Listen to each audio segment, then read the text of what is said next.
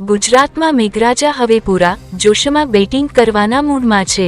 હવામાન વિભાગના જણાવ્યા અનુસાર રાજ્ય પર એકસાથે 4 જેટલી વરસાદી સિસ્ટમ સક્રિય થઈ છે, જેના કારણે આગામી 7 દિવસ સુધી સમગ્ર ગુજરાતમાં સાર્વત્રિક વરસાદી માહોલ જળવાઈ રહેશે। ખાસ કરીને આગામી 2 દિવસ રાજ્યના મોટાભાગના વિસ્તારોમાં અત્યંત ભારે વરસાદ તૂટી પડવાની સંભાવના છે। આ પરિસ્થિતિને ધ્યાનમાં રાખીને કેટલાક જિલ્લાઓમાં રેડ, ઓરેન્જ અને યલો એલર્ટ જાહેર કરાયા છે। દરિયાકાંઠે તોફાની પવન ફૂંકાવાની શક્યતાને પગલે રાજ્યના તમામ બંદરો પર 3 નંબરનું ભયસૂચક સિગ્નલ લગાવી દેવામાં આવ્યું છે અને માછીમારોને દરિયો ન ખેડવા માટે કડક સૂચના આપી દેવામાં આવી છે।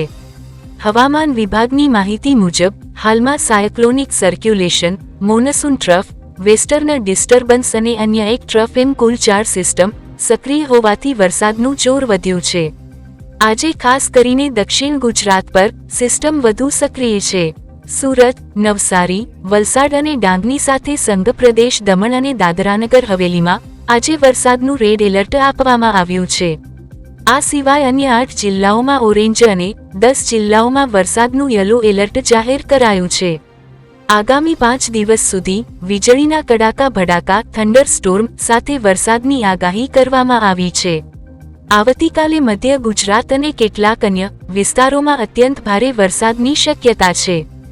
હવામાન વિભાગે પરિસ્થિતિની ગંભીરતાને જોતા આવતીકાલ માટે નીચે મુજબના એલર્ટ આપ્યા છે। આવતીકાલે નીચે મુજબના વિસ્તારોમાં ભારેથી અતિભારે વરસાદ પડી શકે છે। સાબરકાંઠા, અરવલ્લી, ગાંધીનગર, ખેડા, વડોદરા અને છોટાઉદેપુર। દક્ષિણ ગુજરાતના નર્મદા, તાપી, ડાંગ, નવસારી અને વલસાડ। સંઘ પ્રદેશ દમણ અને દાદરાનગર હવેલી। છૂટાછવાયા સ્થળોએ ભારે વરસાદની આગાહીને પગલે આ 10 જિલ્લાઓમાં યલો એલર્ટ અપાયું છે। સૌરાષ્ટ્રના અમરેલી, ભાવનગર, બોટાદ અને સુરેન્દ્રનગર, અમદાવાદ, આણંદ, ભરૂચ, સુરત, મહેસાણા અને બનાસકાંઠા।